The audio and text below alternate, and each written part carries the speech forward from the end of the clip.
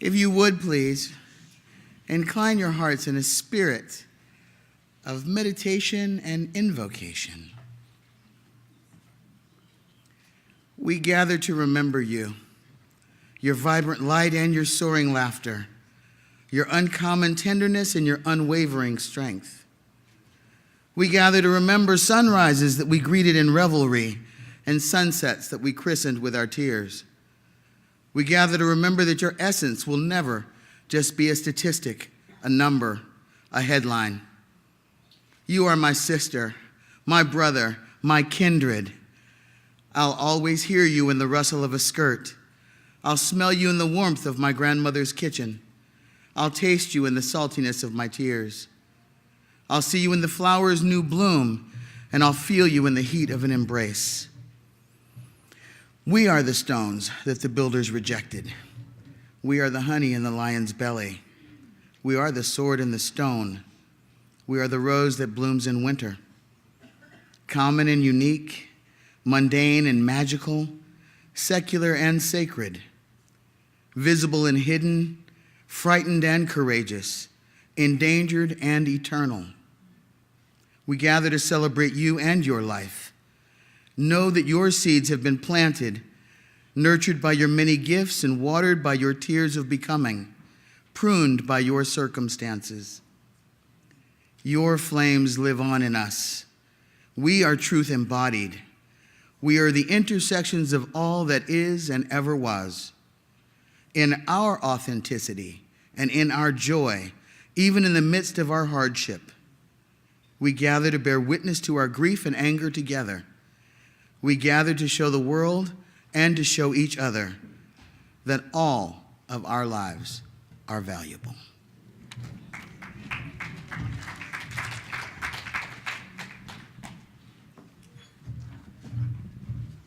Would you rise as you're able? Let's sing together, Bring Many Names, all of who we are.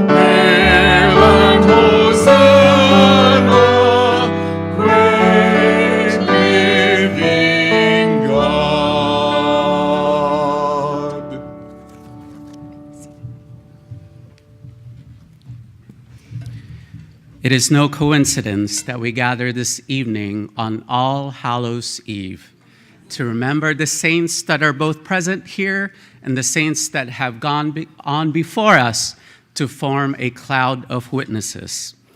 And we also remember that in many Latin American traditions, tonight also marks the first evening of El Día de los Muertos, which goes on until the 2nd of November. And in Latin American traditions, there is a way to invoke the presence of the ancestors, and that's by using the word presente, which simply means here or present among us. There's a long tradition in Latin American movements for justice of invoking the memory of those who have lost their lives in the struggle. So tonight, we pronounce their names and bring their spirits and witnesses before us as we respond presente. You are here with us, you are not forgotten, and we continue the struggle in your name. And so in a moment here, I'm going to invite 5 invokers to bring us a presence, the spirit of our ancestors here on this sacred ground. And you may notice that the names they present may not necessarily be proper names, because sometimes we get a little improper, don't we? And we invite them to bring all the queer names that may be in their hearts, and we invite them to name that love which dare not speak its name. So in a few minutes, I'm going to invite these invokers to be with us, and your response would be presente, to bring their spirit here with us. Janine, would you like to start us off?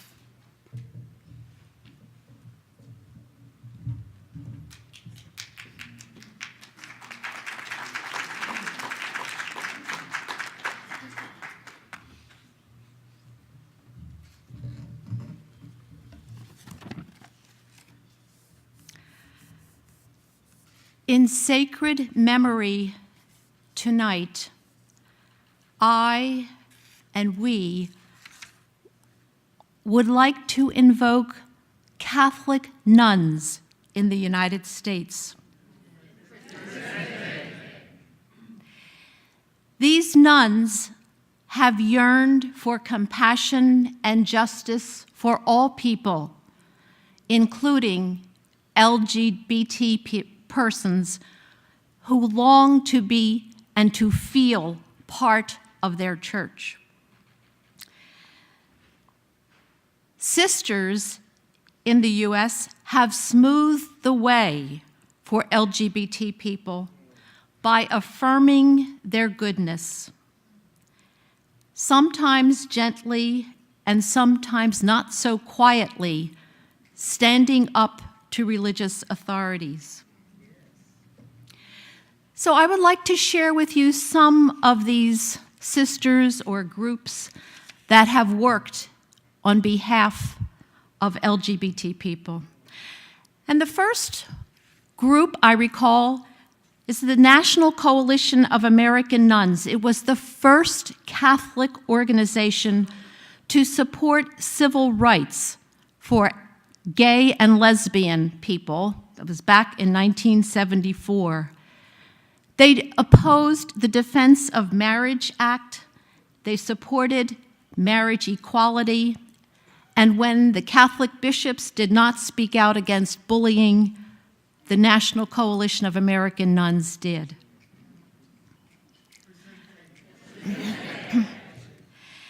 And of course, I want to invoke the memory of the School Sisters of Notre Dame who assigned me to lesbian and gay ministry back in 1977 and appointed me to this work for over 2 decades.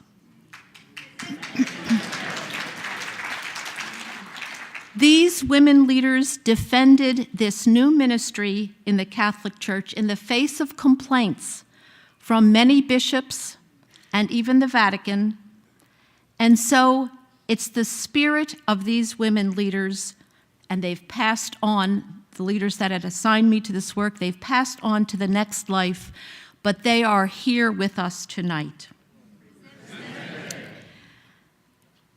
I also ask us to invoke the memory of the courageous speech of many sisters who, after the Vatican notification that I should discontinue this ministry, many nuns' congregations engaged in conversations with their local bishops about the beauty and the goodness of lesbian and gay relationships. These were private conversations that never would have happened without that little jarring effect.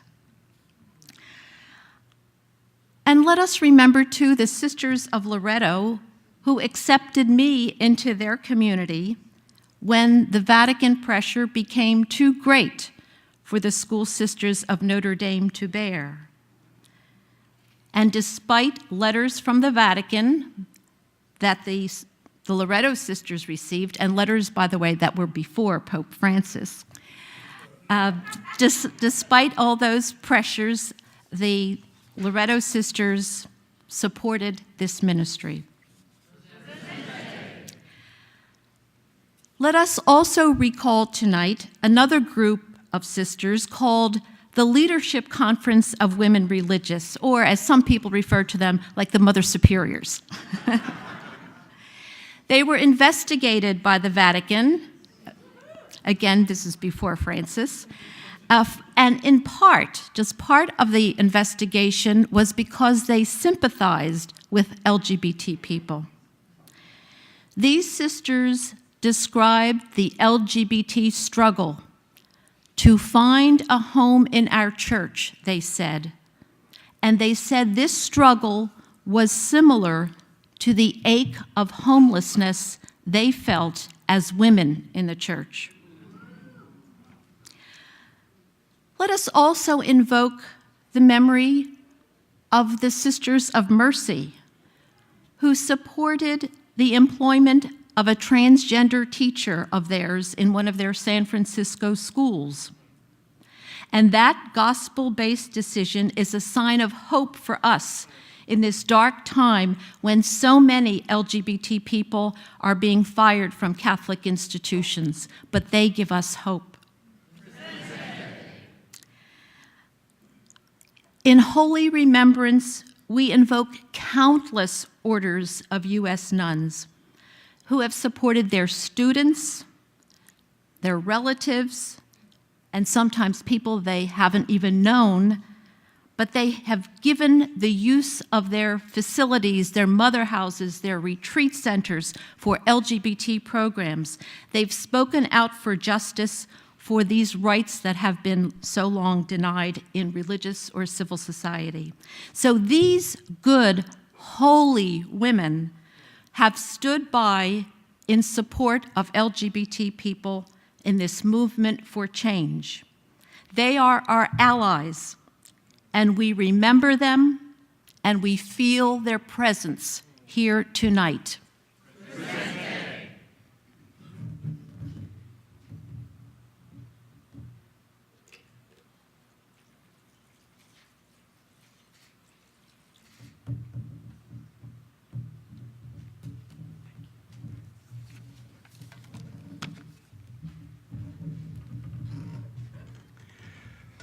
I invoke this evening the names of my friend Reggie Williams and my colleague, the Reverend Dr. John Frickman, and the memories of those whose names we don't know because they have been disappeared by the policies of persecution against which we all have labored.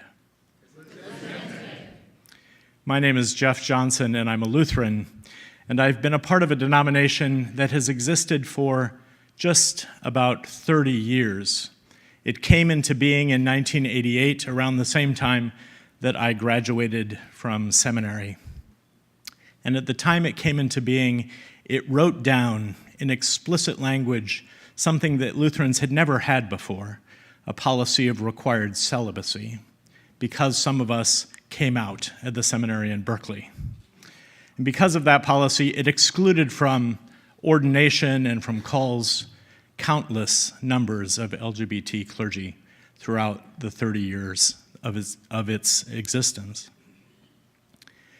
During the interim, between the time I graduated from seminary and when I was eventually ordained illegally in 1990 alongside my colleagues Ruth Frost and Phyllis Zilhart, illegally or irregularly, or like we like to say, extraordinarily.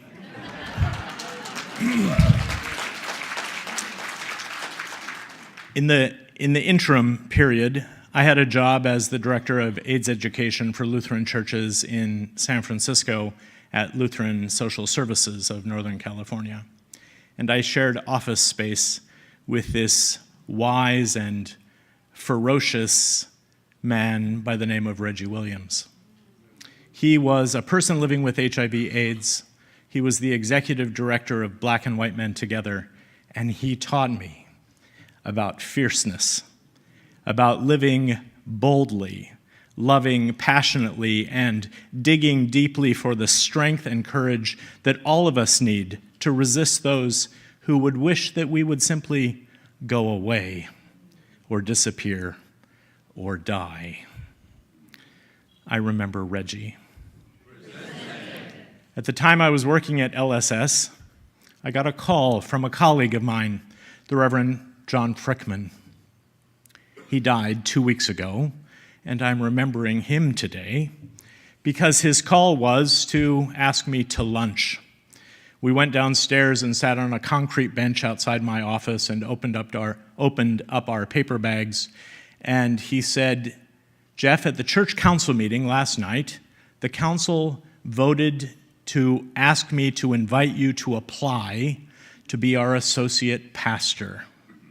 And I said, "John, I would love to do that, but you know I'm not allowed to. The bishop won't recommend me for a call."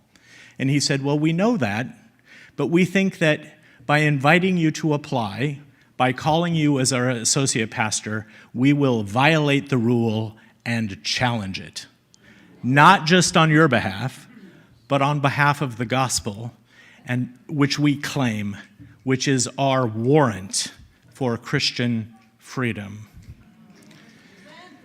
I remember John this night as we gather. And finally, these policies against which we struggle and these people with whom we are in constant dialogue are not innocuous.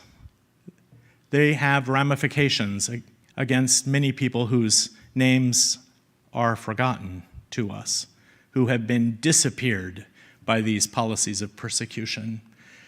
And it's a reminder for me this evening that these church policies, these practices destroy lives, they destroy faith, and they captivate and contain the gospel which we know as good news. And so we remember those whose names we do not know. Presenting.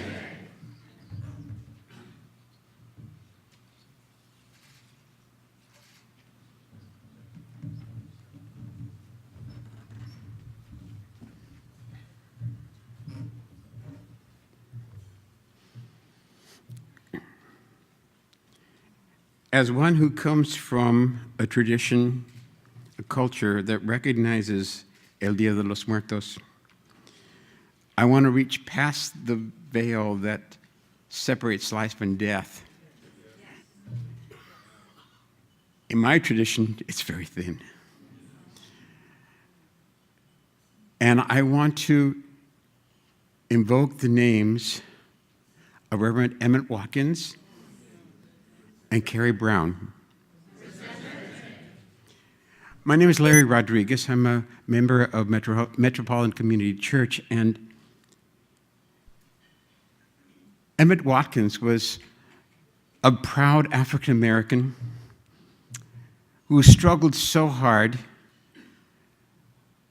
to fight the racism in his own denomination, in my denomination, and to earn the respect of people in my denomination, and always kept a cheerful demeanor when I would have done things not so nice to people. And Emma taught me that we battle not against flesh and blood, but against powers and principalities, against systems and structures, against institutions and dogmas, not against people.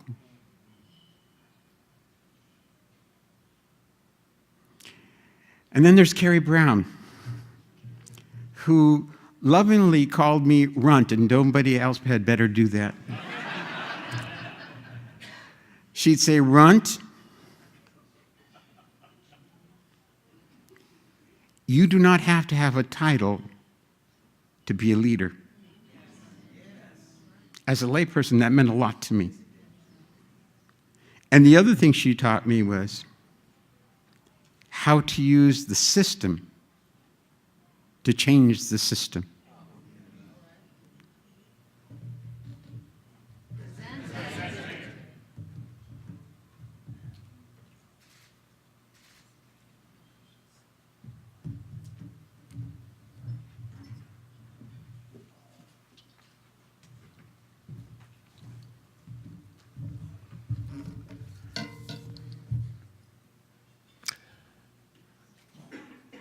Life is a mixture of yin and yang, seemingly opposite or contrary forces that may actually be complementary or interconnected and interdependent in the natural world. Thus, in joy and appreciation, I invoke the names of those who have been leaders in the Welcoming Church program movement. And then in sadness and righteous anger, I invoke the names of my transgender and gender nonconforming brothers and sisters who have been murdered this past year simply for being their authentic selves. I'm Barbara Satin. I'm the Assistant Faith Work Director at the National LGBTQ Task Force and a member of the United Church of Christ. I grew up in a Catholic culture where remembering and memorializing is part of our DNA, and it is appropriate that we are holding this remembrance service on Halloween, All Hallows Eve, the night before All Saints' Day, when Catholics recall all those revered as holy people, and just 2 days before All Souls' Day, when they pay tribute to the rest of us as the imperfect people struggling to be holy and whole. The Welcoming Church program leaders, some who have passed and many who are still vibrant pace setters, these are the shoulders that we humbly and proudly say we are standing on.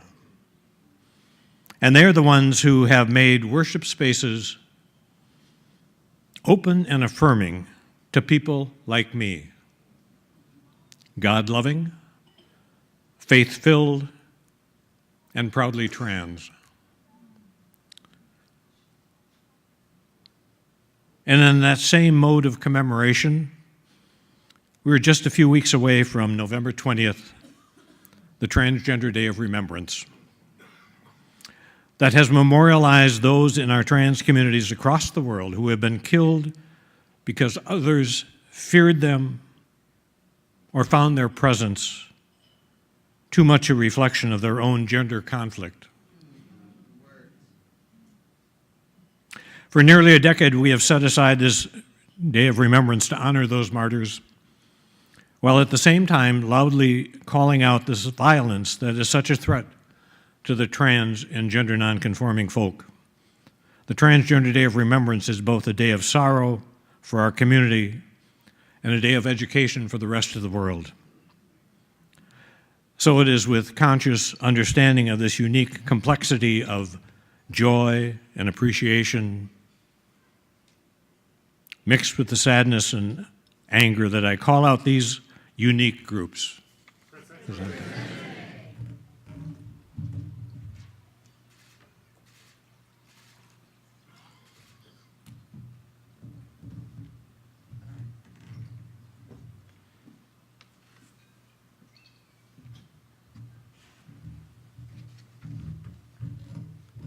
Good evening. I'm Marco Grimaldo, and I want to remember 3 names that are important in my life and I hope might be touchstones for times in our lives when we knew people very much like them. The first is Howard Warren. Reverend Howard Warren was one of the first people, Howard Warren, one of the first leaders in the Presbyterians for Lesbian and Gay Concerns who welcomed me. Here's what I loved about Howard. Howard had a way of finding the one thing you were most afraid he might say and going there first and taking that off the table so that you could hear the thing he really wanted you to understand. I love that about Howard. The next name I want to share with you is Father Eugene T. Bone. T. Bone to his family and Gene to the rest of us, someone I knew early in my life, a Catholic priest in South Texas. When I was about maybe 19 or 20, I guess I finally moved out on my own and I got to see Gene again. He was living in San Antonio and he was trying to not be a priest. He was trying to give up his ministry. But the Pope hadn't approved that yet. And so he was still trying to honor his vows. We agreed that we would meet one evening at Papa Bear's Bar, a Leather and Levi bar in San Antonio, Texas. And as I arrived there, Gene was seated at the very end of the long bar and he was having a cup of coffee. It was maybe 7:30 or so, and he said, look, I gotta be here just a little bit longer, but when I'm done, we'll go get a late dinner. Great. And then he excused himself. Well, I had a beer, and he was off somewhere else doing something else, and I didn't know quite what. But he came back, and I asked him. I said, what were you doing? He said, well, you see, on Wednesday nights here, in the back room behind that curtain, people get their HIV test results. And sometimes they need someone to talk to. And that's my new ministry. And so I remember Gene Presente for his faithfulness to his ministry and how he taught me to bring my own faith into whatever space I was in. And finally, I want to remember Benito Jimenez Presente. Benito was my first partner, and he passed away in 1989. But I share his name with you now because Benito, for me, is that touchstone of all the young people who probably heard bad news behind that curtain and maybe had to turn to Gene, who, although he was trying to not be a priest, couldn't help being the priest that they needed in that place and at that time. And so, Benito Jimenez, we remember you.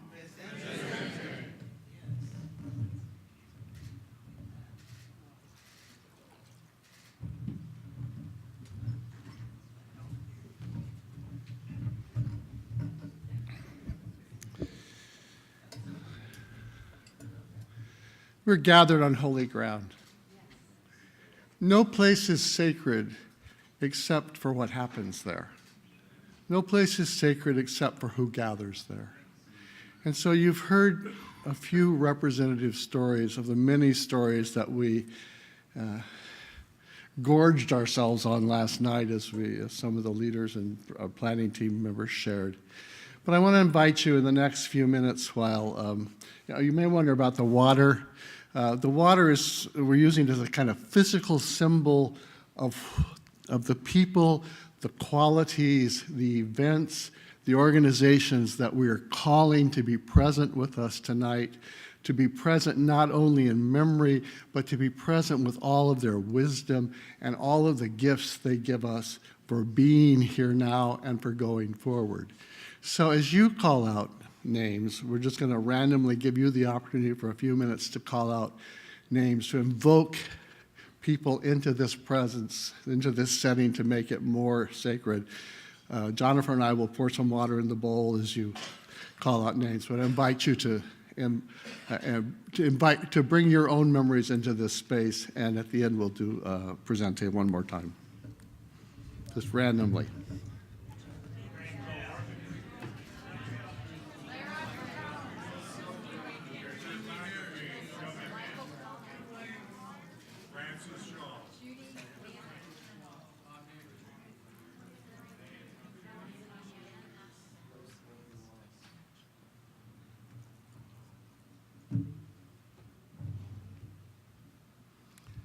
And the people all stood together and said, Presente.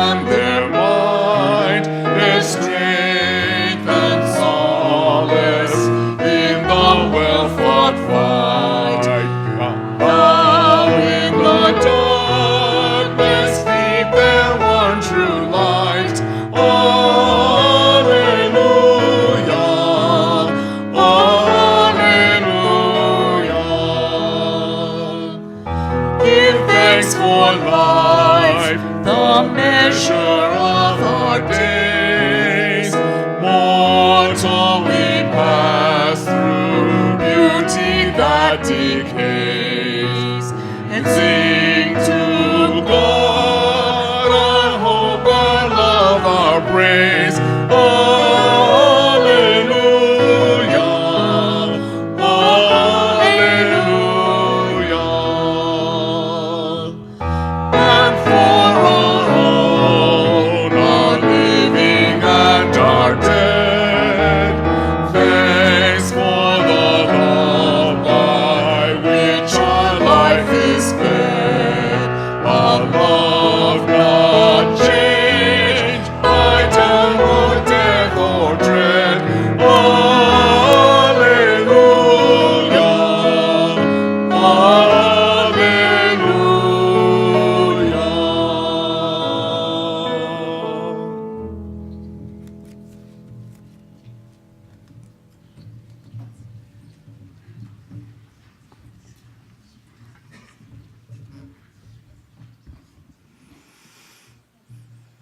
Can we feel how thin the veil is? All of these saints that we have invited, those whose names we have named, and those who we have not named, we have invited them all to be here, right here with us. And this water that we have poured as we have said their names have become an outward and visible sign of their passion for justice, of their love for us and our love for them. And we need them now. We need to bring them into not only our gathering, but into our very bodies, so that we can continue what they started, what we started. So may this sharing of water be a healing for us who have been broken by our grief. May it be a strengthening for us who must continue the struggle for justice and must be channels of the great love that they taught us about. May we be channels of their love. What we're going to do is we're going to share this water now. We're going to share it in a number of ways. We're going to have 4 stations, one in each corner of the room. There won't be any particular order. What else is new? But these 2 corners, if you'd like to go to that place, you'll be blessed by the water on your body, on a place in your body where you want to be blessed, or I guess the default place is probably here, maybe like a circle on your forehead or something. And in these 2 corners, we're going to pour a little water in your hand so that you can actually take it into your body or put it on your head or your heart. Let us take in a physical way all that love that we feel, and let us be able to bring it forward from tonight.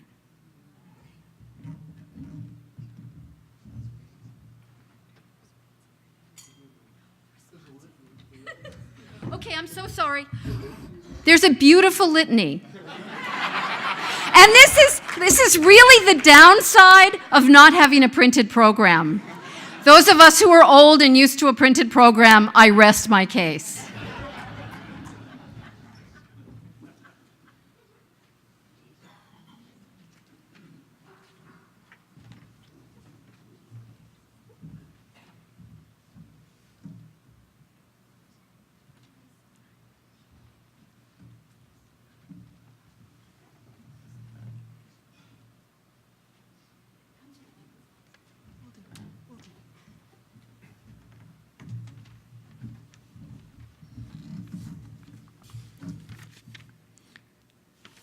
In the beginning of creation, the Spirit of God was moving over the face of the waters, and God separated the waters and then gathered them, and finally caused them to bring forth swarms of living creatures, including people of all genders. And God saw that it was good, and that we are good.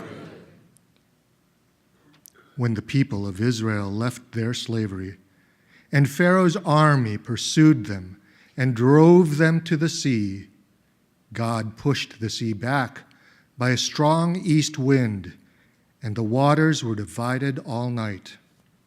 And the people of Israel went across on dry ground, and all were safe. But then the waters came back and threw Pharaoh's army into the sea. We wandered in the wilderness a long time. Sometimes we were afraid and lost our way. Sometimes we forgot and doubted. And water was sprinkled on us, and we were forgiven. Floods of water rained down upon us to wash us clean, to remind us of who we are. We planted ourselves by streams of water. We were led beside still waters. Our roots are deep, our souls are restored.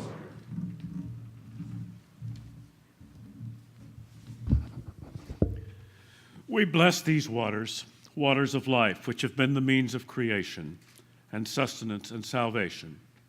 May they remind us that we are connected with each other, with creation, and with all the living and the dead. May we remember who we are. May we remember all of those who led us, Walk with us, and believed with us. We call upon those who are no longer living yet are alive in our hearts. We invite them here. May we accept this water as a sign of all this, and may this water deepen our connection with these ancestors and with each other. May we continue their work. May we shine in their light.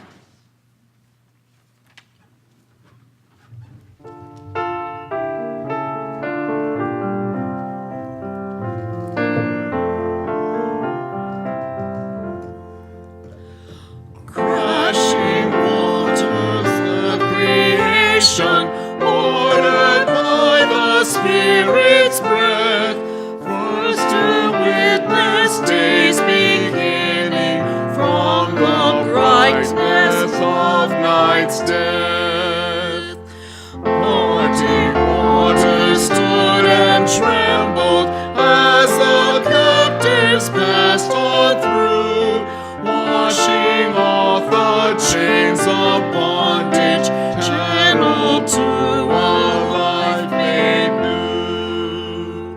Blazing water once at Jordan, goes around the mob of told, open to reveal the glory ever new and ever old.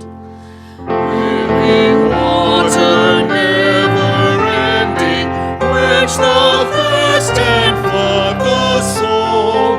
Wellspring, source of life eternal, drench our dryness, make us whole.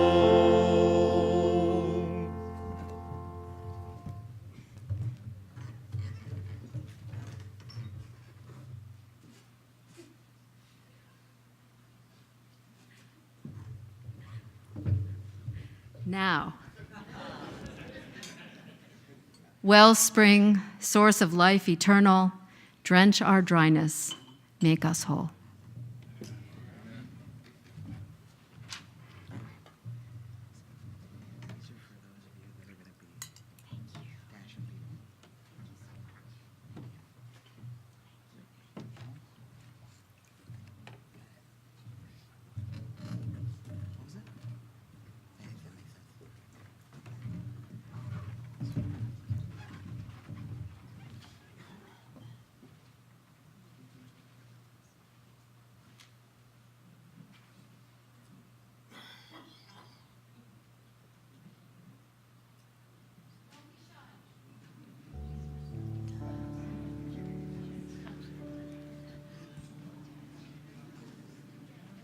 Can we be like drops of water falling on the ground, breaking, splashing, dispersing in air, weaker than the stone by far, but beware that as time goes by, the rock will wear away, and the water comes again.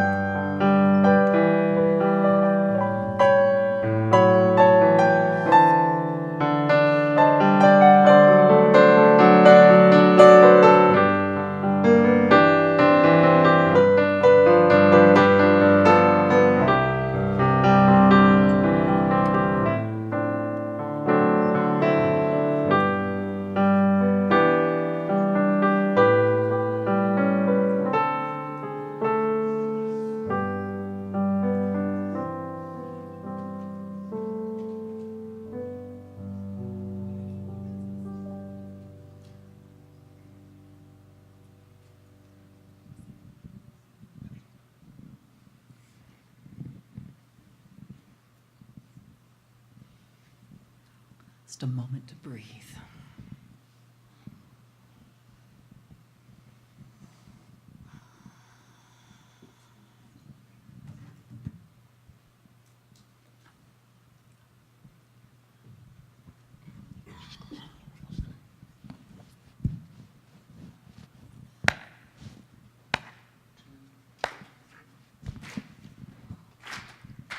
So, as we remember, I'm actually going to invoke my grandmother into this space because she was a very powerful woman. And one song that she used to sing was Ella's song.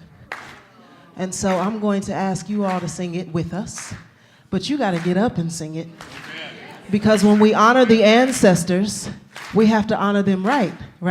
And we have to honor them in the way that they lived, which was full of life, and full of happiness, and full of joy, and full of pride, and working towards justice. Yes? Ashe. We who believe in freedom cannot rest. We who believe in freedom cannot rest until it comes. We who believe in freedom cannot rest. Come on, sing it now.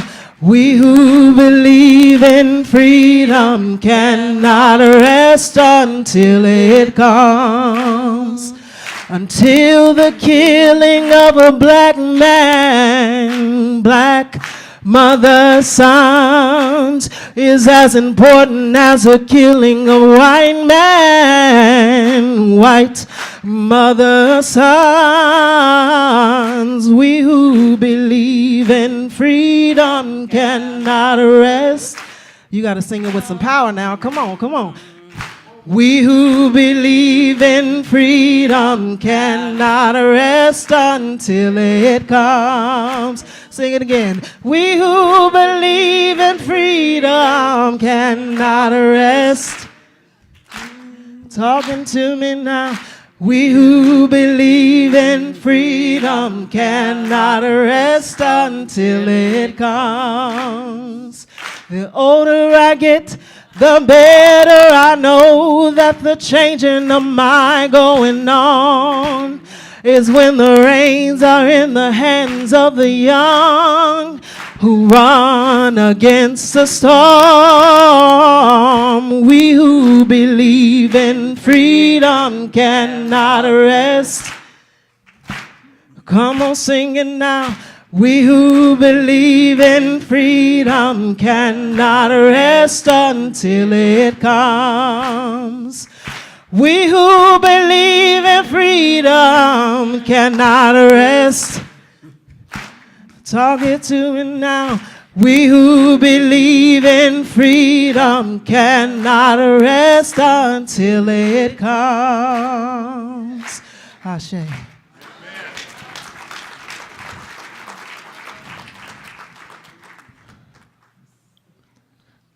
Peace. You're going to say something after the benediction? Okay. We invited Nancy to share a blessing with us. To God be the glory for all who have gone before us, who have given us the courage and the hope to carry on with all the communities that we're related to. We bless those who have labored and gone before us to be with their comrades and their God. We bless those who are working still every day here in this room. And we bless those coming after us who will carry on when we are gone. The psalmist said, though I walk in the midst of trouble, you preserve my life. You stretch out your hand against the anger of my foes. With your right hand, you save us. On this eve of All Saints' Day, may it be so. Amen.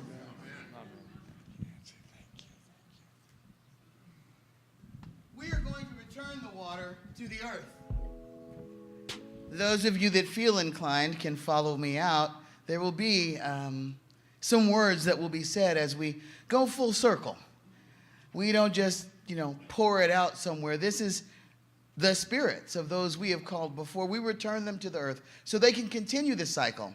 They can continue to nurture us. They can continue to seed growth in a place and in a time that needs the power of the ancestors. As we learned earlier, if there was a time and place other than St. Louis that could use the power of the ancestors that we have called forward, I cannot think of a better time or place.